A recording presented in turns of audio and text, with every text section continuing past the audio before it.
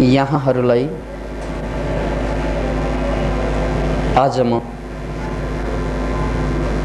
कुण्डलिनी योग बारे वैज्ञानिक विवेचना सुनाउन गइरहेछु।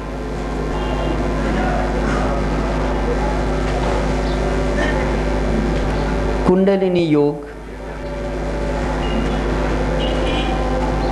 पूर्वको मौलिक देन हो। पश्चिमेलीहरू र पूर्वेलीहरू यानी यूरोप अमेरिका जस्ता देशका बासिन्दाहरू र एसिया अफ्रिका का बासिन्दाहरू दुवैले मानव जातिको उत्थानमा आफ्नो तरिकाले देन दिएका छन्। त्यसमध्ये पश्चिमा मुलुकहरूको देन भनेको साइन्स एन्ड टेक्नोलोजी हो भने पूर्वीय मुलुकको देन भनेको अध्यात्म दर्शन हो। पूर्वले आध्यात्मिक चिन्तनाको जुन विकास गरे त्यो पश्चिमेली मुलुकले गर्न सकेको देखिदैन र पश्चिमेलीहरूले जुन विज्ञानको विकास गरे त्यो पूर्वेली मुलुकले अझै गर्न सकिरहेको देखिएको छैन, जुन स्पिडमा पश्चिमेली छन् अझै पनि। त्यसकारण पश्चिममा जुन धर्म प्रचलित छ क्रिश्चियनिटी र जुदाइज्म ज्यूज धर्म यो पश्चिमेलीहरूको धर्म हो। तर दुवै धर्मको मूल उद्गम पूर्व नै। यद्यपि ती दुवै धर्म पश्चिमेलीहरूको प्राणमा गएर बस्यो, उनीहरूको जीवनशैली बन्यो, उनीहरूको संस्कृति संस्कार बन्यो, तैपनि त्यो धर्म उनीहरूको भूमिमा जन्मिएको पक्कै होइन। त्यसकारण आज पश्चिमका मान्छेहरू पुनः धर्मको खोजमा अध्यात्मको खोजमा पूर्वतिर उन्मुख हुँदैछन्।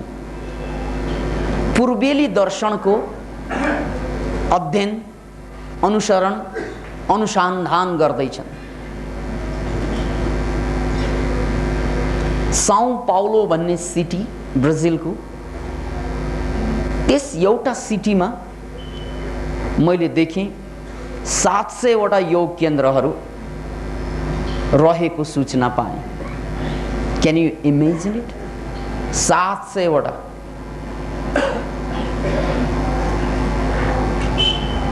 योग भनेको पूर्वीय दर्शनको एउटा शाखा र पश्चिममा अत्यन्त लोकप्रिय अत्यन्त लोकप्रिय बन्दै गएको एउटा जीवन दर्शनको नमुना योग शास्त्र। याद राख्नुहोस् यसलाई। त्यसकारण पश्चिमेलीहरूमा अध्यात्मको प्यास, पश्चिमेलीहरूमा मुक्तिको प्यास, मोक्षको प्यास अझै पनि आजै पनि पूर्वेलीहरूद्वारा परिपूर्ति हुँदैछन्। अनुप्राणित हुँदैछन् उनीहरू यतैकै दर्शनबाट। किन भन्नाले यताका मान्छेहरूले जुन प्रगति अध्यात्म शास्त्रमा आध्यात्मिक क्षेत्रमा गरे त्यो पश्चिमेलीहरूले गर्न पाएनन्। उनीहरूको देन भनेको साइन्स एन्ड टेक्नोलोजी, विज्ञानको देन हो, प्रविधिको देन हो। त्यसकारण सारा पूर्वीय मुलुकहरू पनि उनीहरूकै अनुसरण गर्दैछन् भौतिक मामलामा, साइन्स र टेक्नोलोजीको मामलामा। त्यसैले उनीहरूले जे दिए पूर्वेलीहरूले त्यो आशीर्वाद स्वरूप स्वीकार गर्न बाध्य छन्। जस्तै आजको जुन शिक्षा हो, जुन हामीले बार बार भन्दैछौँ यो अपूर्ण शिक्षा हो, यो अधुरो शिक्षा हो। यस शिक्षाले मान्छेलाई टेक्निकल्ली राम्रो बनाए तापनि साइकोलोजिकल्ली खराब बनाएको प्रमाण दिनदिनै भेटिरहेका छौँ। त्यसकारण यो शिक्षा नीति भएन, यसमा आमूल परिवर्तन हुनु पर्यो। हामीले बार बार जुन कुरा भनिरहेका छौँ, यो विशुद्ध शिक्षाको प्रणाली पश्चिमकै देन हो। पश्चिमको तार्किक माइन्डको, एनालिटिकल माइन्डको उपज हो यो। रमाइलो यति छ कि हाम्रो खोपडीमा पनि दुईवटा गोलार्ध छन्, विश्वमा पनि दुईवटा गोलार्ध। हाम्रो खोपडीमा पनि दायाँ मस्तिष्क र बायाँ मस्तिष्क दुई गोलार्ध भए। दायाँ र बायाँ विपरीत छन् हाम्रो खोपडीमा पनि। बायाँको काम बुद्धि, तर्क, गणित। दायाँको काम फिलिङ, इन्ट्युएसन, आध्यात्मिकता। ठ्याक्कै उल्टो। जसरी यो खोपडीभित्र पूर्व र पश्चिम भने झैँ दुईवटा गोलार्ध छन्, त्यस्तै संसारमा पनि दुईवटा गोलार्ध। चिन्तना पनि उल्टोයි। पश्चिमेलीहरू हरेक कुरालाई एनालिटिकल्ली हेर्न चाहन्छन्। उनीहरूको माइन्ड एनालिटिकल छ, एनालाइज गर्ने, व्याख्या गर्ने। र पूर्वको माइन्ड एनालिटिकल छैन, पूर्वको माइन्ड सिन्थेटिकल छ।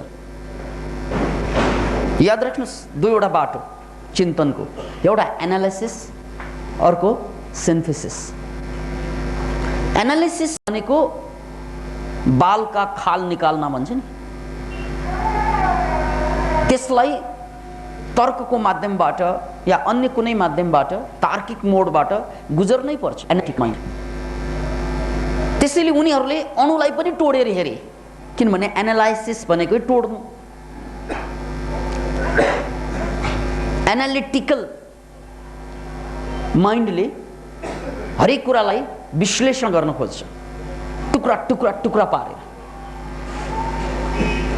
हरेक कुरालाई अन्तिम इकाइसम्म जान खोज्छ। किनभने उनीहरूको मान्यता अन्तिम बिन्दु भेटाइयो भने त्यसैबाट सबै कुरा पुनर्निर्माण गर्न सकिन्छ। त्यसकै आधारमा साइन्स र टेक्नोलोजी विकास भएको पनि हो। त्यसकारण उनीहरूले हरेक कुरामा एनालाइसिस गर्न खोज्छ। इभन लभ गर्दा पनि एनालाइसिस गर्छ, कति फाइदा कति बेफाइदा। सन्तान जन्माउँदा पनि एनालाइसिस गर्न खोज्छ। पश्चिमको सम्पूर्ण शिक्षा, पश्चिमको सम्पूर्ण सिङ्गो सभ्यता एनालिसिसमा आधारित छ। त्यसकारण उनीहरूले हरेक कुरालाई एनालिसिस गरेर खोजबिन गर्छन् र त्यसरी खोजबिन गर्दा भौतिक रूपमा त फाइदा पाइयो, त्यसमा शङ्कै छैन। भौतिक रूपमा उत्थान भयो, त्यसमा शङ्कै छैन। भौतिक रूपमा मान्छे चन्द्रमालाई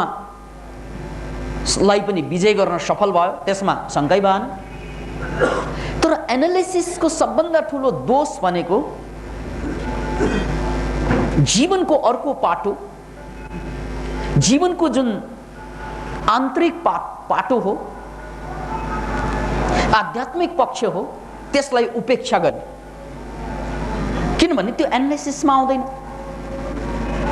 धर्मदर्शन भनेको, अध्यात्म भनेको एनालिटिकल हुँदैन, सिन्थेटिकल हुन्छ। यो जीवनको आन्तरिक पाटो सबै सिन्थेटिकल हो। सिन्थेसिसको आफ्नै एउटा गुणवत्ता हुन्छ, महत्ता हुन्छ। जस्तै उदाहरणको लागि एउटा सितार लियौँ। सितारमा म्युजिक छ। अब एनालिसिस गर्ने हो भने प्रश्न उठ्छ, कहाँ छ? खोज। एनालिसिसको माने नै त्यही खोज्ने। सितारमा म्युजिक छ भने, सितारमा सङ्गीत अन्तर्भूत छ भने, अन्तर्निहित छ भने खोज न भाइ यार, खोज। सितारमा कसरी खोज? एउटा तार, अर्को तार हेर्दै जानुहोस्, कोही पनि सङ्गीत छैन। त्यसपछि सितारको एक तारलाई छुट्याउनुहोस्, वल्टाउनुहोस्, पल्टाउनुहोस्, काट्नुहोस्, तोड्नुहोस्, छैन। सितार जुन चिजबाट बन्छ नि, त्यान्द्रोमा गएर तपाईँले एनालिसिस गर्नुहोस् म्युजिक कहाँ छ भनेर। Can you find it? सितारमा कतै पनि म्युजिक पाउन सक्नुहुन्न। टुक्रा अणुमा लग्नुहोस्, परमाणुमा पनि लग्नुहोस्, केही छैन। The more you try, the less you will be successful.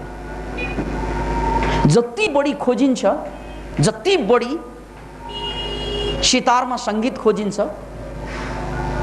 या हार्मोनियममा सङ्गीत खोजिन्छ, या तबलामा सङ्गीत खोजिन्छ, एनालिटिकल्ली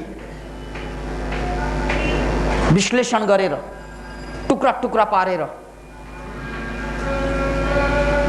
त्यति नै बढी हामी असफल हुन्छौँ। कुनै उपाय छैन सितार गिटारबाट म्युजिक निकाल्ने, कुनै उपाय छैन एनालिसिस गरेर। त्यहाँ एनालिसिसको सवाल होइन, त्यहाँ सवाल हो सिन्थेसिसको। याद राख्नुहोस् यो शब्द। सितार छ, या गिटार छ, या तबला छ, या हार्मोनियम छ, त्यसलाई तोडेर होइन, त्यसमा कलाकार जोडेर सङ्गीत पैदा हुन्छ। This is synthesis. कलाकार पनि त्यसमा जोडिँदै जानुपर्छ, त्यसलाई तोड्ने होइन, त्यो के हो भनेर खोज्ने होइन। याद राख्नुहोस्, साइन्स र टेक्नोलोजीको बाटो यही हो। वाट, के हो, वेयर, कहाँ, वाइ, किन, वेन, कहिले। यसरी WH क्वेश्चन बडो एनालिटिकल क्वेश्चन हो। हरेक कुरालाई त्यान्द्रोमा तोड्दै, किन, कहाँ, कसरी तोड्दै अन्तिम बिन्दुमा पुग्नु, यो विज्ञानको पाटो, यो शिक्षाको पाटो, एनालिटिकल माइन्डको पाटो। तर अध्यात्म भनेको, कला भनेको सिन्थेटिक भएको कारणले गर्दा त्यसमा त जोड्नु हो, जोडिनु हो, के होइन। यो के हो सवाल त्यो होइन, यो वैज्ञानिक सवाल हो, यो एनालिटिकल सवाल हो। सिन्थेटिकमा के हो होइन कि के गर्न सक्छौँ यसबाट, यसले मलाई के दिन्छ, यो वैज्ञानिक सवाल हो, यो एनालिटिकल सवाल हो। तर यसबाट म के बनाउन सक्छु, यो सिन्थेटिकल सवाल। याद राख्नुहोस्, इट्स भेरी इन्ट्रेस्टिङ। मैले मेरो हातमा भएको कुराबाट के बनाउन सक्छु मैले, यो आध्यात्मिक सवाल हो। किन भन्नाले त्यसको लागि म जुट्नुपर्छ त्योसँग, त्यसको लागि म सिन्थेसाइज्ड हुनुपर्छ त्योसँग। मैले के बनाउन सक्छु यसलाई, मेरो हातमा भएको कुरालाई मैले के बनाउन सक्छु। This is my challenge. याद राख्नुहोस्, यो आध्यात्मिक चिन्तना पूर्वी चिन्तना हो। यो सिन्थेटिक माइन्ड के हो होइन, के गर्न सक्छु यसलाई। त्यसकारण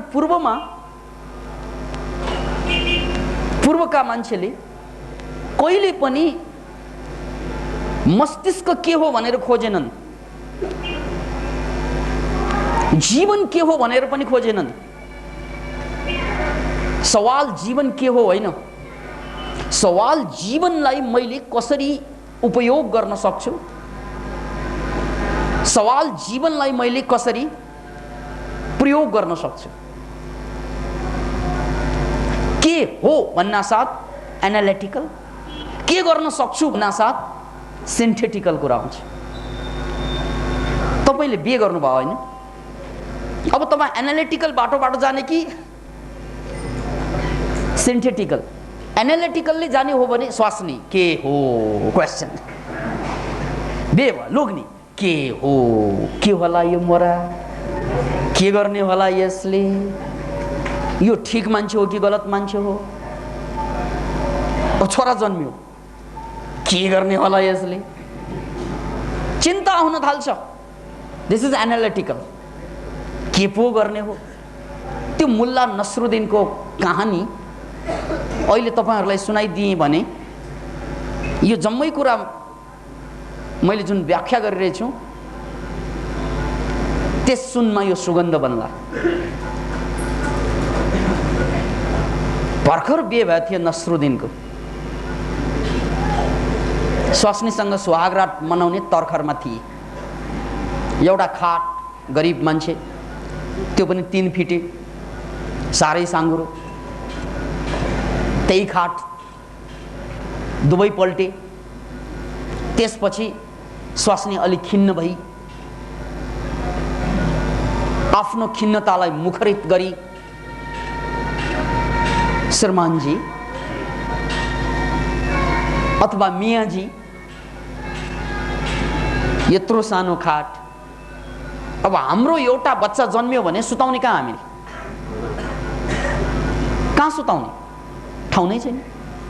म त देख्दैन ठाउँ। ए लाठी, त्यति पनि थाहा छैन। त्यो पनि ठुलो समस्या हो र।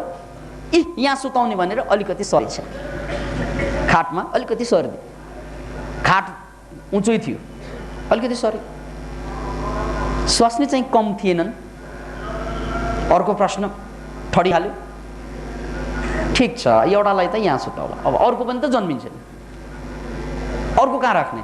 पेट लाठी, त्यति पनि थाहा छैन, यहाँ सर्ने, यहाँ राख्ने भनेर सरेको खसेछ खाटबाट, खुट्टा भाँचेछ। अनि त चिच्याउन थालेछ, आइया बाबा नजन्मेको छोराले खुट्टा भाँच्छ, जन्मेको भए के गर्थ्यो?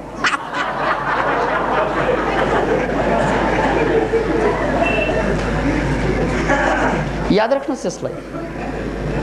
नजन्मिएको सन्तानले पनि खुट्टा भाँचिदिन्छ भने जन्मिनै दिएको भए के पो भाँच्ने हो? यो एनालिसिस जन्मियो भने के गर्दो हो? अब के त्यसको डरले नजन्माउने? त्यसकारण एउटा गीतको पंक्ति छ, मर्ने के डर से मेरे दिल जीना न तू छोड़ देना। मर्नु पर्ला भनेर के बाँच्न छोड्ने? मर्नु त पर्ला एक दिन भनेर बाँच्न छोड्नु भएन। मरने के डर से मेरे दिल जीना न तू छोड़ देना, रोने के डर से जहां में हंसना न तू छोड़ देना। रुन पर्ला एक दिन भनेर के हाँस्न छोड्ने? त्यो त मिल्दैन भाइ। त्यसकारण पुनः एनालिसिसकै कुरामा आउँ।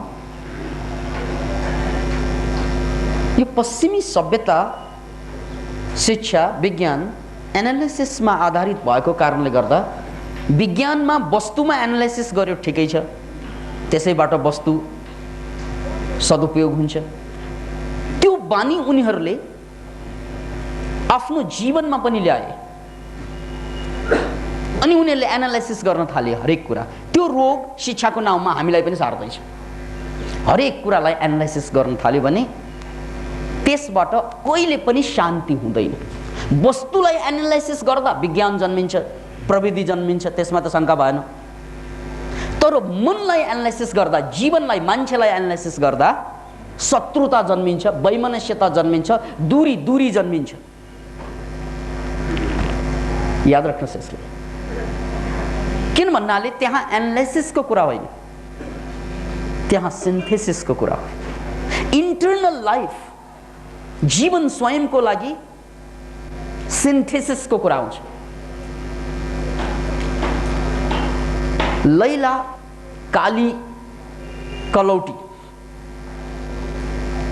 काली केटी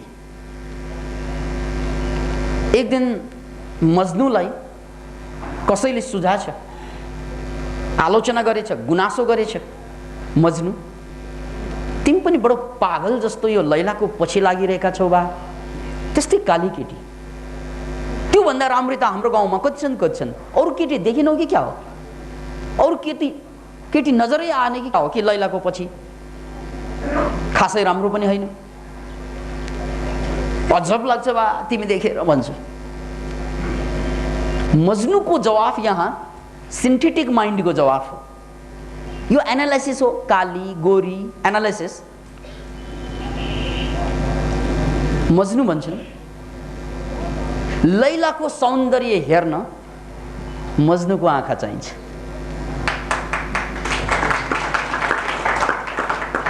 किनभने बिना मजनुको आँखा लैलाको सौन्दर्य देखिँदैन।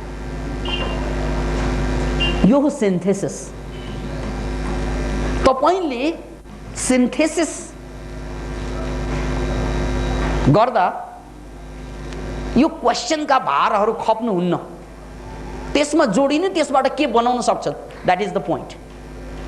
त्यो के हो सवाल यो होइन, त्यसलाई के बनाउन सक्छु म, सवाल यो।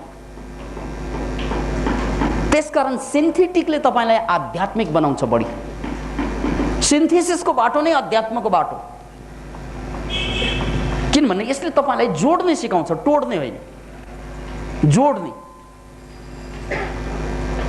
त्यसैले तपाईको बाउ के हो, द्याट्स नट द पोइन्ट। त्यो एनालाइसिस, बाउलाई खत्तम पार्नु भएको त्यही एनालिटिकल माइन्डले। रेसिपी यस्तो गर्छ उस्तो गर्छ, यस्ता पनि बाउ भनेको यो हो, यो एनालाइसिस। आमा केही भनेको एउटै कुरा बुझ्दैन, खालि आफ्नै कुरा फलाकेर हिँड्छ, त्यो पनि आमा। यो एनालाइसिस। तपाईले आमा र बाउको अपमान गर्ने शिक्षा कहाँबाट पाउनु भयो भन्नुस् त? This is my question towards you, तपाईप्रति मेरो प्रश्न। किन भन्नाले हाम्रो समाज, यो पूर्वको भूमि त पितृदेवो भव मातृदेवो भव भनेर सिकाएर ल्याएको होइन हामीलाई शास्त्रले। पिता भगवान तुल्य छ, किनभने तपाईलाई तरुण बनाउनुमा ऊ बुढो भइसकेको छ। उसको बुढापन तपाईको तरुणको कहानी लेख्नमा बितेछ। तपाईलाई यो अवस्थामा ल्याउनुको लागि उसले आफ्नो जवानी गुमाएको छ। भनौँ तपाईलाई हुर्काउन बढाउन उसले जीवनको सर्वाधिक महत्त्वपूर्ण समयलाई एक किसिमबाट बलिदान गरेको छ। त्यसकारण ऊ श्रद्धेय हो, त्यसकारण ऊ देवतुल्य हो। आमा पनि त्यस्तै। त्यो आमा जसले 9 महिना त्यो पीडा झेलिन्, त्यो हार्मोनल चेन्जको पीडा, या त तपाईले आमा भइसकेको हुनुपर्छ त्यसलाई बुझ्नलाई,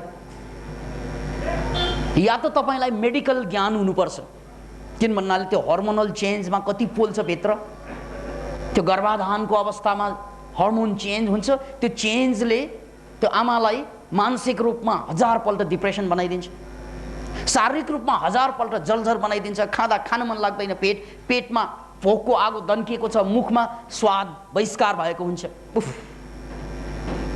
अनि भित्र फेरि बच्चा जन्माउने पीडा छ, बच्चालाई हुर्काउनु पर्यो, बच्चा मर्ला कि नहुर्केला कि भन्ने डर छ।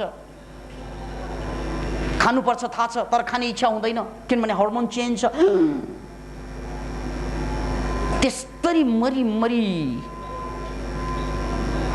जो रात हमने गुजारी मर के, वो रात तो तुमने गुजारी होती। विचार गर्नु सक्छ? जो रात हमने गुजारी मर के, वो रात तुमने गुजारी होती। यदि तिमीले त्यो झेलेको भए थाहा हुन्थ्यो। त्यो आमा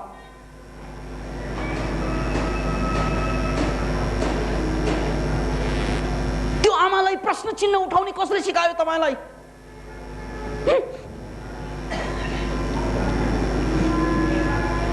यही एनालिसिस होइन?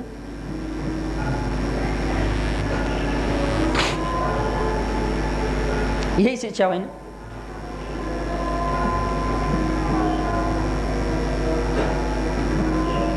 त्यो बाउलाई प्रश्न चिन्ह ठड्याउने कसले सिकायो? हामी त त्यो सभ्यताको मान्छे होइनौँ।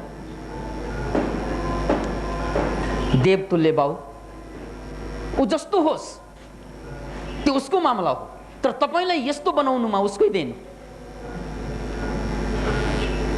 आज प्रश्न उठ्छ उनीप्रति तलवार जस्तै, अनि तपाईलाई यो हृदयमा अलिकति पनि ज्ञान हुँदैन यो तथाकथित शिक्षाको कारणले कि यस्तै प्रश्न तपाईले उठाउने हो भने जुन दिनमा तपाईँ बाउ बन्छ त्यही तलवारले तपाईलाई पनि काट्ने हो। त्यही छोराछोरी जुन अपमान तपाईले गर्ने हो आमा बाउको प्रश्नमाथि प्रश्न उठाएर, अन्ततः त्यो तपाईमै फर्कने हो, तपाईकै छोराछोरीबाट।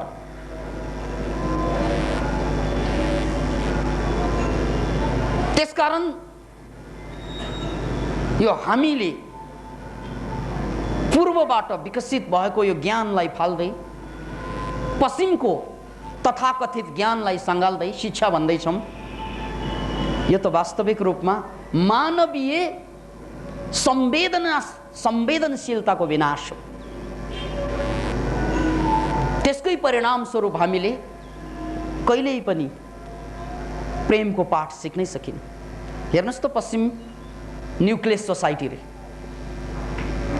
जहाँ बाउबाजे सँगै बस्ने त कुरै छोडौँ, छोराछोरीलाई पनि 15-16 वर्षपछि सँगै नराख्ने प्रचलन छ उनीहरूको।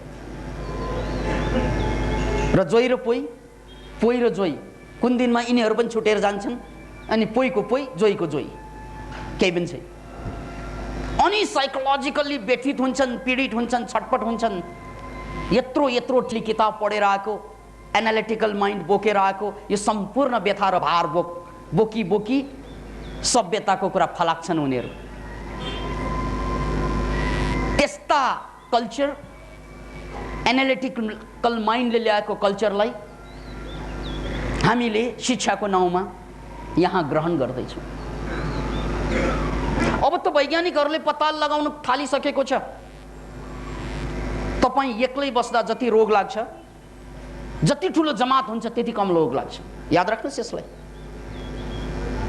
अब त वैज्ञानिक व्याख्याबाट सिद्ध भइसकेको छ, प्रमाणित भइसकेको छ कि जोइन्ट फ्यामिली वाज करेक्ट।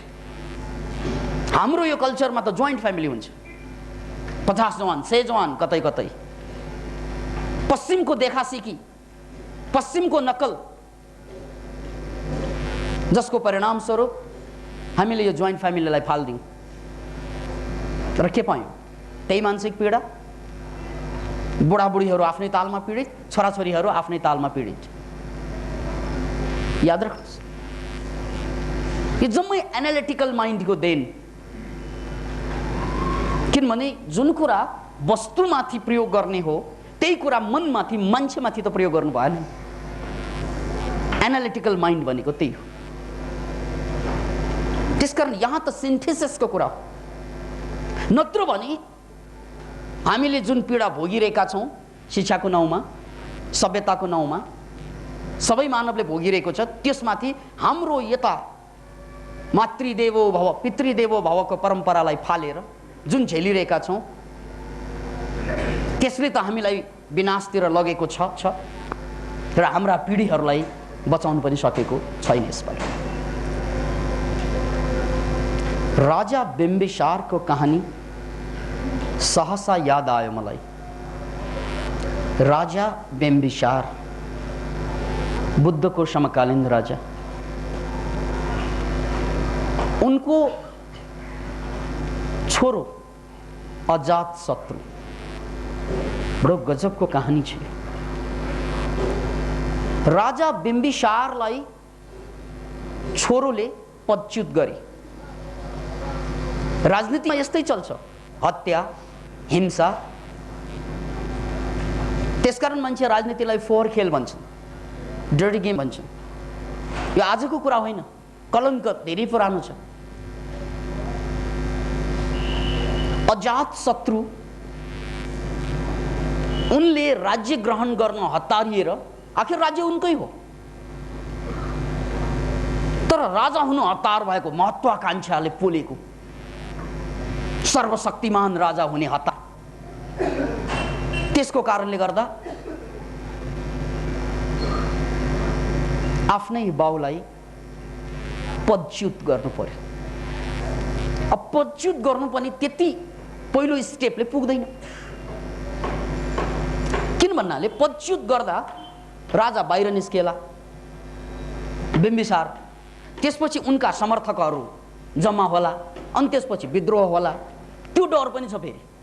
त्यसकारण क्रूरता त एउटा भयो नै, क्रूर विचार त आयो नै कि राजालाई हटाएर आफू राजा हुने, बाउलाई हटाएर आफू राजा हुने। त्यो त एउटा पाप मनमा त पलायो नै, तर त्यो पापलाई कार्यान्वयन गर्नलाई अब हजारवटा पाप गर्नुपर्ने हुन्छ। एउटा पापले पुग्दैन। एउटा गल्ती गर्यो भने याद राख्नुहोस्, श्रृङ्खलाबद्ध गल्ती जारी हुन्छ। नेपालले भोगिरहेको अहिलेको राजनीतिक सिचुएसनलाई हेर्नुहोस् त। एउटा गल्ती कतै भयो भने त्यो गल्ती झिङ्गाले सन्तान जन्माए जस्तै जन्माउँछ। झिङ्गाले कति जन्माउँछन् भन्ने थाहा भएकाहरूलाई थाहा हुन्छ। हिजोसम्म झिङ्गा 2-4वटा देखिने, आजबाट त भिडमभिड हुन्छ झिङ्गाको। त्यत्रो ऱ्यापिडली सन्तान जन्माउँछ मौसममा, झिङ्गाको मौसममा। जस्तै समस्याको मौसममा एउटा ठुलो ब्लन्डर भयो भने त्यो समयमा सचिएन भने यसरी जेलिँदै जान्छ, यसरी जेलिँदै जान्छ। जसरी यदुवंश समाप्त भए, त्यो समाप्त नभइकन त्यो समस्या समाप्तै हुँदैन। अब समाप्तिकै बाटो, अब कुनै बाटो छैन। यो त्यस्तै भए बिम्बिसारको मामलामा पनि।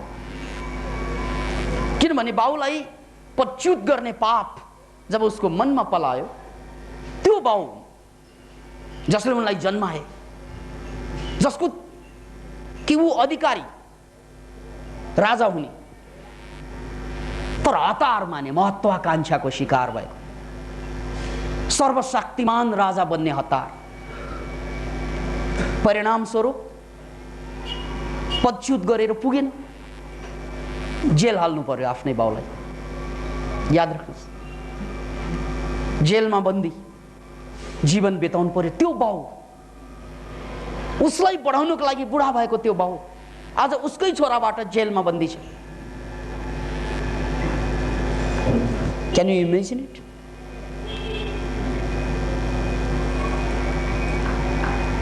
त्यो मोरालाई के थाहा त्यो पीड़ा? जो रात हमने गुजारी मर के, वो रात तुमने गुजारी होती। अनि मात्रै थाहा हुने। एक दिन अजात शत्रु राजा भइरहेकै बेला एउटा समाचार पुगेछ। पहिलो उनको छोरो जन्मियो। अब हेर्नुस् सीन, आफ्नो बाउलाई जेलमा ठुनेछ उसले, आफ्नो बाउलाई पदच्युत गरेर सत्ता हासिल गरेछ उनले। अब जन्मिएछ छोरो। त्यो छोरो जन्मिनु भनेको एउटा राजाको लागि साह्रै ठुलो राजनीतिक मामला हो। फेरि राजनीतिक मामला, किन भन्नाले उसपछि उसकै सन्तानले शासन गर्नुपर्छ, त्यो आग्रह त छँदैछ। राम्रो मान्छेले शासन गर्नुपर्छ होइन, मेरै सन्तानले, म डाका भए डाकैले गरोस्, मतलब छैन। राम्रो मान्छे शासन गरेर शासक बने पो जनताले राम्रो अवस्था हासिल गर्ने हो। अब जस्तो भए पनि राजाको घरमा जन्मेपछि उसैले शासन गर्ने भयो भने त जनताको भाग्य भगवान भरोसे। खत्तम जन्म्यो भने के गर्ने त? संस्कार नेगेटिभ मान्छे राजदरबारमा पलायो भने त के गर्ने त? दुर्योधन जस्तो। अनि त महाभारत नभई छोड्दैन। अनि त महाभारतलाई टाल्ने कसले? यो अवस्था हामीले झेलिरहेका छैनौँ र त्यसकारण याद राख्नुस्, जब छोरो जन्मेको समाचार आयो उसको लागि गर्वको कुरा, खुसीको कुरा, राजनीतिक कुरा थियो। अब उत्तराधिकारी जन्म्यो, उनी यति खुसी भए, यति खुसी, म बाउ भएँ, म बाउ भएँ, म बाउ भएँ, पागल भए खुसी भएर। त्यही बेला चल्यास बिमजे जस्तो भयो, के भएको? म बाउ। मैले त मेरो बाउलाई जेलमा थुनेको। त्यसकारण पहिलोचोटि उसलाई बोध भयो आफूले गरेको अपराध, आफूले गरेको पाप। जब घरमा छोरो जन्मियो तबै मात्रै बोध भयो, कहीं मेरो छोराले पनि मलाई त्यही व्यवहार गरिदियो भनी जुन व्यवहार मैले आफ्नो बाउमाथि गरेँ। उनी झस्के, उनी तर्सिए र पहिलोचोटि बाउप्रति श्रद्धा पनि जाग्यो। अब नजागी हुँदैन, किनभने आफू बाउ बनिसक्यो। यदि श्रद्धा जागेन भने हालत त्यही हुने हो, छोराले छोड्दैन। अब परम्परा बन्यो। त्यो परम्परा भनेको बडो गजबको कुरा। मान्छेले चाहिँ दशैंमा आफ्नो गाडी, मोटरसाइकल, साइकलमा पनि चाहिँ हाँस काटेको देखिन्छ, कुखुरा काटेको देखिन्छ। किनभने त्यो परम्परा क्या। परम्पराले त पागल बनाउँछ मान्छेलाई। यो यत्रो पढेर आएको एनालाइसिस माइन्डले त्यहाँ काम गर्दैन क्या। त्यहाँ पनि प्रश्न गर्नुपर्ने नि किन भनेर गर्दैन। त्यहाँ आँखा चिम्लिदिन्छ मान्छे। त्यहाँ वाइ, व्हेन, हाउ भन्ने कुरा आउँदैन। त्यहाँ हाउ होइन, मेरो बाउ। किनभने उनले त्यो जे गरे मैले पनि त्यही गर्ने। त्यसलाई परम्परा भनिन्छ, त्यसलाई संस्कार संस्कृति भनिन्छ। त्यसको नाउँमा चाहिँ बेवकुफीहरू जारी राख्ने। तर जब बोध भयो बिम्बिसार आफ्नो बाउ जेलमा रहेको, त्यो बेला मात्रै अजात शत्रु झस्के, श्रद्धा जन्मियो, गल्तीको एहसास भयो, पापको महसुस भयो। अनि ऊ चिच्याएर जेलतर्फ जान्छ जहाँ बाउ टुनिएको थियो, बाउलाई मुक्त गर्नको लागि। किनभने उसलाई बोध भइसक्यो। अब हिजोको मान्छे रहेन अजात शत्रु। आफूले गरेको पापको प्रायश्चित खोजे उनले। अनि बाउलाई चाहिँ मुक्ति दिनको लागि जेलतिर दौडेको र जेलको ढोकामा पुगेर उनी चिच्याउन थाले, जेलबाट मेरा श्रद्धेय पिताजीलाई मुक्त गर्नु। तर कुरा धेरै ढिलो भइसकेको थियो। उनले बाउ त पाएन, बाउको लास मात्रै भेट्टाए। त्यतिन्जेल त बाउ मरिसकेको थियो। के हालत भयो होला अजात शत्रुको।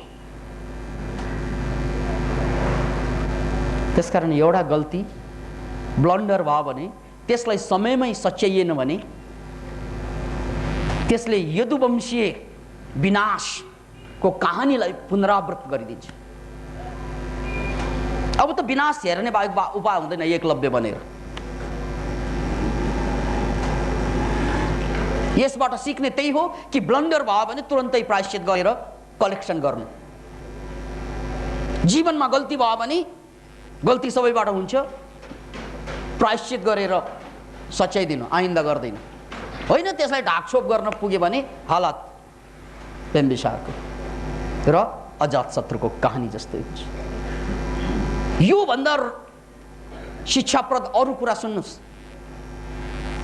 कालान्तरमा अजात शत्रु पनि आफ्नै छोराद्वारा मारी। नोटेड। यो हो मानव जातिबाट सिक्ने कुरा। बिम्बिसारलाई जसरी उसले मारे राज्यको लागि गल्ती गरे, महत्वाकांक्षाको कारणले पागल भए, अन्धो भए, राजा हुने होडको लागि अन्धो भएको कहानी हो। यो कहानीबाट सिक्नुपर्छ नेपाली, सारा नेपालीहरूले। किन भन्नाले यहाँ पनि यस्तै छ। कुर्सी कोही कुर्सीमा किला ठोक्न व्यस्त छन्, कोही कुर्सी पाउन हतारिरहेका हुन्छन्, कोही पाएको कुर्सीलाई मजबुत गर्न पालिस लगाउँदै हुन्छन्। तर हालत यिनीहरूको यस्तै।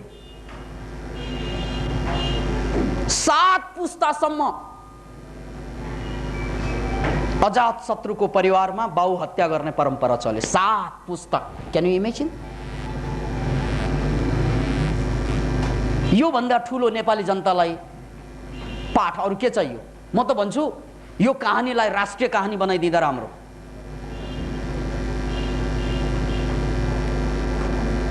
गल्तीको परिणाम के हुँदो रहेछ?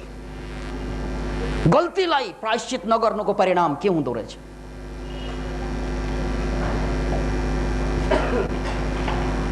त्यस कारण एउटा कुरा त बुझौँ मित्र, यो एनालिटिकल माइन्ड भनेको साह्रै खतरनाक हुन्छ जीवनको मामलामा। तर सिन्थेटिक माइन्ड जीवनको लागि अत्यन्त उपयोगी, जीवनदायी। त्यसैले हामीले जीवनबाट सिक्ने भनेको यही हो। किनभने एनालिटिकल माइन्ड संसारमा लागू भएन, वस्तुमा लागू भएन भने उन्नति हुँदैन, मान्छेको प्रगति हुँदैन। प्रगतिको लागि, बाहिरको प्रगतिको लागि, उन्नतिको लागि, भौतिक विकासको लागि, एक्सटर्नल लाइफको विकासको लागि एनालिटिकल माइन्डै चाहिन्छ। र इन्टर्नल लाइफमा पिसको लागि, शान्तिको लागि, प्रेमको लागि, आनन्दको लागि, मुक्तिको लागि सिन्थेटिकल माइन्डै चाहिन्छ। अब त्यो कहाँ खोज्ने भन्नु पर्दैन। तपाईको बायाँ मस्तिष्क एनालिटिकल छ, तपाईको दायाँ मस्तिष्क सिन्थेटिकल छ। र दुर्भाग्य पश्चिमको एजुकेसनको प्रभावको कारणले गर्दा हाम्रो यो दायाँ त चल्ने बायाँ हो। त्यसकारण त रेमन्ड एब्राजोल जस्ता वैज्ञानिकहरूले ठोकेर के भने, अहिलेसम्म त मान्छेले 97% ब्रेन त युजै गरेको छैन। किन भन्नाले उनले जुन ब्रेन युज गरेर बसेको छ त्यो एनालिटिकल माइन्ड हो। सिन्थेटिकल माइन्ड त्यो त युजै भएको छ। हो, एनालिटिकल माइन्डको आवश्यकता छ, त्यसमा शङ्का छैन। विज्ञान, प्रविधि, एक्सटर्नल लाइफको विकासको लागि एनालिटिकल माइन्डै चाहिन्छ। त्यसकारण यो शिक्षा जतिसुकै यो शिक्षाले गलत गर्यो भन्दै पनि आधा त यो शिक्षा ठिकै हो। किन भन्नाले एउटा आधार त शिक्षाको छ नि, एनालिसिस संसारको लागि ठिक छ। तर यो समाज, यो मानवीय मुटुको लागि, मानवीय हृदयको लागि, मानवीय आध्यात्मिक चेतनाको लागि यो घातक छ। त्यसकारण जसले यो एनालिसिसलाई समाते नि, उनीहरूले मानवीय मूल्यलाई कहिल्यै पनि आँक्न सकेन। हेर्नुहोस् त, राजनीतिक रूपमा हत्या, हिंसा चल्नु पनि यही एनालिसिसको कारणले हो। एनालिसिस के 95% मान्छेलाई 5%ले दबाइरहेको छ, शोषण गरिरहेको छ, अन्याय गरिरहेको छ। त्यसकारण गर्ने के त भन्नाले अब 5% को अधिनायकवाद चलाएर 95%लाई दबाइदिने। 95% माथि 95% जनताद्वारा अब 5%लाई चाहिँ शासन गर्ने अधिनायकवाद, सर्वहाराको अधिनायकवाद। त्यही एनालिटिकल्ली त ठिक छ कुरा, वस्तुगत रूपमा त ठिक छ कुरा। तर यो घृणाको परम्परा, तर यो मान्छेले मान्छेलाई मार्ने परम्परा, मान्छेले मान्छेलाई दुश्मनको रूपमा हेर्ने परम्परा यही एनालिसिसबाट आउँछ। त्यसकारण एनालिटिकल कुरा भनेको मात्र बाह्य जिन्दगीको लागि हो, आन्तरिक जिन्दगीको लागि काम छैन त्यो। आन्तरिक जिन्दगीको लागि चाहिन्छ सिन्थेटिकल माइन्ड। अनि मात्रै हामीले आमा बाउलाई त सम्मान दिन सक्छौँ नै, इभन स्वास्नीलाई सम्मान दिन सक्ने हुन्छौँ, इभन छोराछोरीलाई सम्मान दिन सिक्छौँ। अहिले त एनालिटिकल माइन्डले के भनेको हुन्छ, ऊ छोरा म बाउ, ऊ छोरी म आमा। फरक भयो। फरक भएपछि कसरी सम्मान दिने उसलाई? उसलाई त मैले जन्माएको।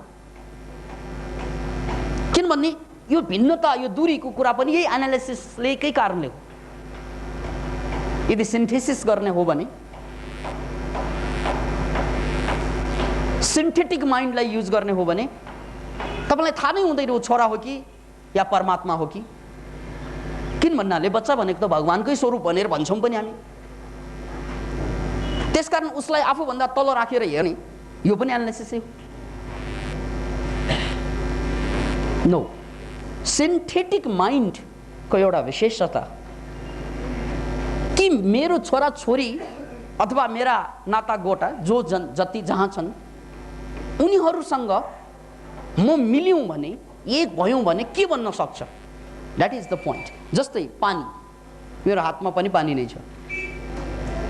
पानी भनेको एनालिसिस होइन, सिन्थेसिस।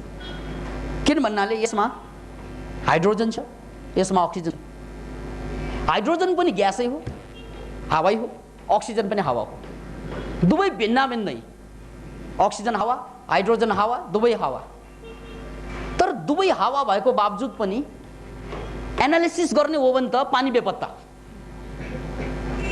खोइ पानी, म हावा तँ पनि हावा, हाँस्ने पनि हावा, हँसाउने पनि हावा। एनालिसिस गर्ने हो भने यो पानी हावा बन्छ। अनि के पेयर बाँच्ने, हावा भन्ने किन? हावामा पनि छ, अक्सिजन पनि छ, हाइड्रोजन पनि छ, पानी रहेको, त्यसरी कहाँ बाँचिन्छ? हुन त हो, लजिकल माइन्डले त ठिकै भन्छ, हावा, हावामा पानी के हाइड्रोजन छ, अक्सिजन छ, त्यो दुई भित्र मिल्यो भने पानी बन्छ। बन्दैन त्यसरी। किन भन्नाले हाइड्रोजन र अक्सिजनलाई मिलाउनलाई क्याटालिटिकल एजेन्ट चाहिन्छ, क्याटालिटिक एजेन्ट। त्यो भनेको आकाश गर्जिनुपर्छ, अनि मात्रै अक्सिजन र हाइड्रोजन मिल्छ र पानी बन्छ। त्यो क्याटालिटिक एजेन्ट नभएसम्म हावा पानी बन्दैन। त्यसैले यो पानी जुन हामी पिउँछौँ त्यो भनेको सिन्थेसिस। हाइड्रोजन र अक्सिजन मिले उचित रूपमा, त्यसपछि तेस्रो प्राणदायी कुरा बन्यो, त्यो के त भन्नाले पानी। याद राख्नुहोस्, हाइड्रोजन र अक्सिजन मिलेर जुन तेस्रो चिज बन्छ त्यही हो पानी, त्यो हो सिन्थेसिस।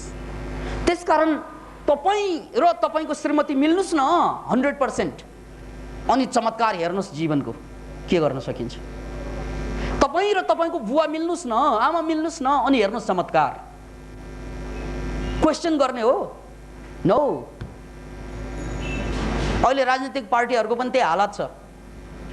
एकचोटि सबै राजनीतिक पार्टीहरू नेपालमा जति छन् मिल्नुस् त, भोलि क्रान्ति। आज होइन, भोलि। म ठोकेर भन्छु, यदि यो नेपालको सबै पोलिटिकल पार्टी मिल्ने हो भने उनीहरूले खोजेको क्रान्ति त आयो, सक्यो। चैत 24 गतेको घटना बिर्सनु भएन नि, 46 सालको। त्यसकारण सिन्थेसिस भनेको सबभन्दा ठुलो बुद्धिमानी हो मान्छेमा, जीवनको मामलामा हो है। फेरि जगतको मामलामा होइन, जगतको मामलामा त एनालिसिस चाहिने हुन्छ, तर जीवनको मामलामा त्योभन्दा ठुलो बुद्धिमानी केही पनि छैन। त्यसकारण एउटा सही मानव धरतीमा जन्मनको लागि दुईवटा कुरा चाहियो। एउटा पर्याप्त मात्रामा बाहिरको सम्पत्ति, अर्को भित्र पर्याप्त मात्रामा शान्ति। सम्पत्ति आउँछ एनालिसिसबाट, किनभने त्यो जगतसँग सम्बन्धित कुरा। शान्ति आउँछ सिन्थेसिसबाट। त्यो दुईवटाको जोड खोज्नु, त्यही हो कुण्डलिनी योगको आशय पनि। त्यसकारण कुण्डलिनी योगको प्रारम्भिक बिन्दुलाई हठयोग भनिन्छ। प्रारम्भमा ऊ हठयोगको रूपमा आउँछ। ह र ठ, चन्द्र नाडी र सूर्य नाडी। चन्द्र भनेको चिसो, सूर्य भनेको तातो, उल्टो।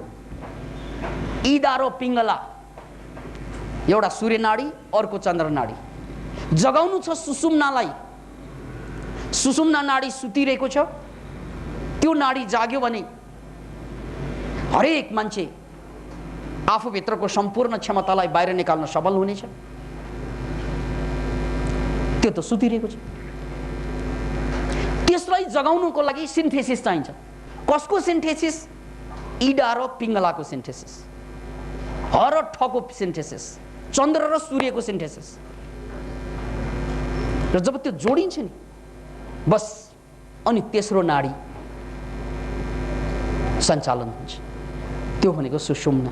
त्यही हो मुक्ति पथ, त्यही हो उन्नति पथ। त्यसैले मैले कुरा सुरु गरेँ कुण्डलिनी योगको। पश्चिमका वैज्ञानिकहरूले हाम्रो मस्तिष्कको 97% काम हामीले लिन पाइरहेका छैनौँ भनेर वैज्ञानिक व्याख्या गरे। त्यही कुरालाई पूर्वका दार्शनिकहरूले, पूर्वका ज्ञानीहरूले चक्रको सिस्टममा देखे, भेटे। जसरी तपाईसँग कम्प्युटर छ, कम्प्युटर पनि चक्रबाटै चल्ने हो। गजब छैन र कुरा? चक्रै चलाउने हो त्यहाँ पनि। त्यसलाई डिस्क भन्नुहुन्छ तपाईँ, सिडी रोम भन्नुहुन्छ, चक्र होइन त्यो, चक्का। त्यो चक्का घुमेन भने चाहिँ पक्का आवाज आउँदैन, घुम्नु पर्यो त्यो। त्यो घुम्यो भने मात्रै आवाज आउँछ, घुमेन भने केही पनि आवाज आउँदैन। स्लो घुम्यो भने पनि आउँदैन। What is your name भन्ने गालीले पनि बुझ्दै बुझ्दैन। What's your name भन्दामा यस्तो हुन्छ, बिग्रियो भने, चलेन भने। त्यस्तै हाम्रो यो चक्र चलेन भने पनि जीवन यस्तै हुन्छ। के गरेछ यार,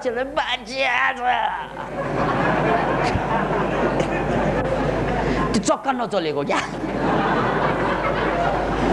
सिडी रोम स्लो भयो। यसको मतलब कि सिडी रोम कोरियो कि तपाईको यो मसिन हो त्यो स्लो भयो। दुई मध्ये त एउटा पक्कै। यसकारण हामी भन्छ के छ यार, ठिकै छ के अरे, स्लो भएको। साँच्चै ठिक भएको भए के छ यार, वन्डरफुल, एभ्रिथिङ इज पर्फेक्ट, यस्तो हुन्छ। अनि कतिलाई सोध्यो के खै के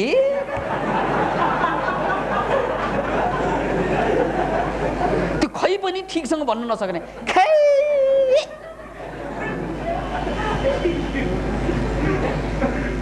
आर यु अल राइट, है थाहा नै छैन। राइट भनेकै थाहा छैन। त्यो जम्मै किन भइरहेछ त भन्नाले हाम्रो यो चक्का सिडी रोम चलेन क्या। यो चक्का चल्ने, जति स्पिडमा चल्नु हो चलेन। त्यो सिडी रोम सहस्रार र मूलाधारको बीचमा 7वटा छन्, 7वटा सिडी रोम। अब त्यो स्लो चल्यो भने प्रकृतिबाट एनर्जी नै स्लो तानिन्छ। याद राख्नुहोस्, तपाईलाई रोग लाग्नुको कारण डाक्टरहरूले के भन्छन् भने bacteria, virus, heavy metal particles, fungus आदि इत्यादि विकार डाक्टरको बनाइयो। ठिक छ, एक हदसम्म कुरा त गलत होइन। तर अर्को क्वेसन छ यहाँ, bacteria, virus, heavy metal particle, fungus जे नाम दिनुहोस्, त्यो आएर शरीरमा बसेपछि त शरीरले फाल्नु पर्ने हो त्यसलाई। यदि शरीर स्वस्थ छ भने फाल्छ। जस्तै नाकमा आएर तपाईँले अलिकति ठुलो सुँग्नुहोस् त हाँछ्यौँ आउँछ, फाल्छ उसले। सुँग्नु हुँदैन भने उसको नाकैलाई थाहा छ, तपाईँलाई थाहा नभए पनि। त्यसकारण सुँग्नु नहुने कुरा सुँग्यो भने हाँछिङ हुन्छ, खानु नहुने कुरा खायो भने बान्ता हुन्छ। पेटलाई थाहा छ, यो मोरा जिब्रोलाई थाहा छैन, यो मोरा खोपडीलाई थाहा छैन, जे पाइ त्यही खान्छ। पेटलाई अलिकति नचाहिने खाना दिनुहोस् त वाक वाक लाग्न थाल्छ। त्यो भने के यार, तैँले चाहिँ गलत चिज ठुसिस, वाक वाक वाक वाक, बान्ता नगरेसम्म वाक वाक। अब मान्छे त यति चाहिँ धुर्त बन्यो आफूलाई बिगार्न, यति माहिर छ, त्यो वाक वाक आयो भने एबोमिन खाएर फेरि पचाइदिने। त्यो खाएर पचायो भने त त्यो जुन बान्ता गर्नुपर्ने कुरा शरीरभित्र रहने भयो। अब उसले बाहिर आएर स्वस्थ पार्ने थियो, तर भित्र बसेपछि त्यसले बिगार्न थाल्छ। त्यही भएको हो जीवनमा। हामीले हरेक कुरालाई नचाहिने कुरा जीवनमा छ, अन्त फिलिङ चाहिँ हुँदैन के, त्यो गुड फिलिङ हुँदैन त्यो चिजको कारणले गर्दा। अनि गुड फिलिङ नभएपछि विभिन्न तर्क गरेर गुड फिलिङ गर्छ। आज नभए भोलि नभए पर्सि होला, पर्सि नभए निपर्सि होला, वलाङचुङ गोला, केही पनि हुँदैन। हेर्नुहोस् त राजनीतिक पार्टीहरूले 9 महिना कुरेको त्यही होइन, आज नभए भोलि होला, भोलि नभए पर्सि होला। पहिल्यै वाक आइरहेको थियो कि उनीहरूलाई, औषधि खाँदै दबाउँदै गरे। विद्रोह पहिल्यै गरेको भए हुन्थ्यो नि, तर गरेनन्। किन भन्नाले औषधि पाए कि। विभिन्न किसिमका औषधि, मैले भन्नु पर्दैन, यहाँ त औषधि विभिन्न ठाउँबाट आउँछ। राजनीतिक औषधि के क्वाप्प खाए ठिकै छ, भोलि होला पर्सि होला, जे होला मै प्रधानमन्त्री होला हुन्छ। अहिले होला चुङ गोला। एनिवे, त्यसैले शरीर आफै इन्टेलिजेन्ट छ। नचाहिने चिज, नमिल्ने चिज उसैले फाल्न सक्छ। त्यो फाल्नु खोज्नु भनेकै नेचुरल प्रोसेस हो। त्यसकारण हाम्रो जीवनमा पनि कतिपय कुराहरू हामीलाई सुटै नहुने कुरा हामीले सँगालेर बसेका छौँ। त्यसलाई पचाउनु हुँदैन के, पचाउनै सक्दैन, अरू थपेर पचाउनु हुँदैन। त्यसलाई त बमन गरिदिने हो। त्यसैले क्यान्सर प्रोन पर्सनालिटीमा वैज्ञानिकहरूले के पत्ता लगाए भन्नाले क्यान्सर कसलाई हुन्छ त भन्नाले जसले विचारलाई, भावनालाई दमन गर्छ, दबाउँछ, उनीहरू अन्ततः क्यान्सरको शिकार हुन्छ। चित्त बुझे छैन, चित्त नबुझेको कुरा भन्न सक्दैन। गल्ती गरे कुरा भन्न सक्दैन। अनि रातभरि चाहिँ छटपटाउँछ, मैले गल्ती गरेँ, निद्रा नै हिसाब किताब गर्दै बस्छ। यसो भयो भने यो होला, एनालिटिकल माइन्ड खुब चल्छ। अनि गल्ती गरेपछि, अपराध गरेपछि, पाप गरेपछि खोलेर भनिदिएको भए त सकिन्थ्यो नि। एकजना अमेरिकन कलाकार, त्यो बेलाको टप कलाकार थियो, ह्यू ग्रान्ट। ह्यू ग्रान्टलाई एकपल्ट, अब हलिउडको कलाकार फेमस, एउटा पार्कमा एउटा गाडी, उनकै गाडी पार्किङ गरिरहेको थियो। त्यो पार्कमा पार्किङ गरिरहेको गाडीभित्र सेक्सुअल इन्टरकोर्स चलिरहेको थियो। त्यो कुरा चाहिँ मान्छेहरूले, दर्शकले देखे। दर्शक भन्ने देख्ने, हेर्ने, ऊ त चियार हेर्छ नि ह्यू ग्रान्टको गाडीमा के भइरहेछ। देखेपछि अब एकजना महान कलाकारले पार्कमा आएर त्यो चाहिँ रासलीला अपनाउनु त पर्दैन थियो। साह्रै ठुलो हङ्गामा भयो, पेपरबाजी भयो। त्यत्तिकैमा अब त ह्यू ग्रान्टको करियर खत्तम भन्ने चर्चा आयो। किन भन्नाले उसले चाहिँ सार्वजनिक अपराध गर्यो। तर ह्यू ग्रान्टले एकदम टेलिभिजनमा आएर सबैको अगाडि चाहिँ क्षमा मागे, मैले यस्तो अपराध गरेको हो। किन भन्नाले म पनि मान्छे हुँ, फिलिङ मलाई पनि आउँछ, र त्यो फिलिङ आएको बेलामा जसरी अरूलाई अन्धो बनाउँछ मलाई पनि बनायो। र त्यो अन्धोपन, म अन्धो, बुद्धि अन्धो भइरहेको बेलामा, इमोसन चाहिँ जागिरहेको बेलामा मैले त्यो गल्ती गर्न पुगेको हुँ। यद्यपि नगरे पनि हुन्थ्यो, तर गरियो। तर म कान समातेर भन्छु, आइन्दा यो ह्यू ग्रान्टले यस्तो चाहिँ गल्ती गर्ने छैनन्, गरिसक्यो। यसबाट मैले धेरै सिकेँ। त्यसपछि फेरि लोकप्रिय भयो कलाकार। त्यसकारण याद राख्नुहोस्, तपाईँले गर्नुभएको एक्सप्रेसन, त्यसलाई चाहिँ क्रिस्चियन भाषामा यो कुनै पनि चाहिँ 1 हप्तासम्म पाप गर्छन् अनि पादरी कहाँ गएर चाहिँ प्रकट गर्छन्, त्यसलाई कन्फेसन भनिन्छ। एक्सप्रेसन हो यो। त्यो कन्फेसन, मैले गल्ती गरेको भन्न सकेन भने त्यो गएर तपाईँलाई क्यान्सरस रूपमा डेभलप हुन्छ। किनभने त्यसलाई ठ्याक्कै पचाउन त सक्दैन। मैले पाप गरेँ, नगर्ने काम गरेँ, हेत्तेरी म पनि मान्छे हो र झलझल याद आउँछ। यादै नआए पनि सपना नेगेटिभ आउन थाल्छ। त्यसले मार्छ तपाईँलाई, अनि बिस्तार बिस्तार तपाईँ क्यान्सरको शिकार बन्छ। यस कारणले गर्दा हामीले बुझ्नुपर्छ कि हाम्रो जीवनमा जे जति अपराध, गल्ती आदि इत्यादि हुन्छन्, त्यो कुरालाई तपाईँले प्रकट गर्न सक्नु भएन भने त्यो भित्रभित्रै तपाईँलाई चुहाउने कारक तत्त्व बन्न जान्छ, जसको परिणामस्वरूप मान्छे चाहिँ क्यान्सरको शिकार अथवा विभिन्न रोगको शिकार बन्छन्। अब पुनः एकचोटि चक्रमै आउँ। त्यसैले यो 7वटा चक्रको कुरा गर्दा एउटा खुसीको खबर के छ त भन्नाले एउटा चक्र मात्रै ठिकसँग चल्यो भने डाक्टरहरूले भनेअनुसार रोगको कारण भाइरस, रोगको कारण ब्याक्टेरिया भनेको छ नि, त्यो जम्मै एनर्जी नपुगेर हुने हो। अनि एनर्जी तान्ने कसले त, त्यो कुरा चाहिँ डाक्टरहरूले भन्दैन। योग शास्त्र अनुसार 7वटा चक्रले एनर्जी तानिरहेको कुरा अहिले विभिन्न मसिनबाट सिद्ध पनि भएको छ। जस्तै टाउको चक्र चाहिँ घुम्न स्लो भयो भने यसबाट एनर्जी तानिँदैन, यसबाट एनर्जी कम तानियो भने शरीरमा टाउकोमा गएर जमेको विकारलाई फाल्ने कसले सक्दैन? टाउकोको रोग भयो। जस्तै हार्ट, यहाँ एउटा हृदय चक्र छ, त्यो चक्र चलेर जति स्पिडमा चल्छ त्यही स्पिडमा उसले प्रकृतिबाट रङ्गको रूपमा एनर्जी तान्छ, त्यो एनर्जीले शरीरभित्रको रोगलाई फाल्ने हो। तर यदि त्यो चक्र स्पिडमा चलेन भने एनर्जी कम हुन्छ, एनर्जी कम हुनासाथ शरीरभित्र गएको विकारलाई फाल्न सक्दैन। त्यस्तै पेटमा नाइटोमा एउटा चक्र छ मणिपुर, त्यो स्लो भयो भने पेटको रोग लाग्यो। कति मान्छेलाई पेटको रोगले बर्बादै पार्दैछ। किन भन्नाले एनर्जी तान्नु पर्ने प्रकृतिबाट तानिएन, नतानिएपछि जति औषधि खानु न, त्यो औषधि पनि ठिकसँग पचाउनको लागि एनर्जी चाहिँदैन। भनौँ तपाईँले औषधि खानुभयो, औषधिले रोग निको पार्नुपर्ने हो, तर औषधिलाई गलाउनु पर्यो, औषधिलाई टुक्रा टुक्रा पारेर ठिक ठिक ठाउँमा चाहिँ पुर्याउनलाई एनर्जी चाहिँदैन। अनि औषधि पनि जैसा खायो वैसा आयो, जस्तो खायो त्यस्तै नै हुन्छ। कति मान्छेलाई औषधि पनि पच्दैन, किन पचाउनलाई पनि एनर्जी चाहियो नि भाइ। हामीलाई त लाग्छ कि औषधि सबै हो, कहाँ सबै हो। त्यसलाई पनि, त्यो औषधिलाई पनि ठिक ठाउँमा लगेर त्यसलाई चाहिँ त्यसका चाहिँ अणु छुट्याएर ठिक ठिक ठाउँमा पुर्याउने काम त एनर्जीले गर्ने हो। त्यसकारण जुन दिनमा एनर्जीले साथ दिँदैन औषधिले पनि साथ दिँदैन। त्यसकारण हामीले पेटको चक्र सञ्चालन जुन हुनुपर्ने हो त्यो भइदिएन भने रोगको घर हुन्छ पेट। यस्ता 7 वटा चक्र छन्, प्रमुख चक्र त्यो पनि, त्यो बाहेक अन्य माइनर चक्रहरू पनि छन्। ती 7 वटा चक्र यदि ठिकसँग सञ्चालन हुने हो भने सम्पूर्ण रोगलाई फालिदिन्छ भन्ने योगशास्त्रको जुन कल्पना, योगशास्त्रको जुन हाइपोथेसिस परिकल्पना, यो वैज्ञानिक रूपमा सिद्ध भइरहेछ। किन भन्नाले रोग लाग्नुको अन्तिम कारण भनेको एनर्जी नपुग्नु हो। एनर्जी नपुग्नु भनेको चक्र चाहिँ स्लो डाउन हुनु हो। त्यसैले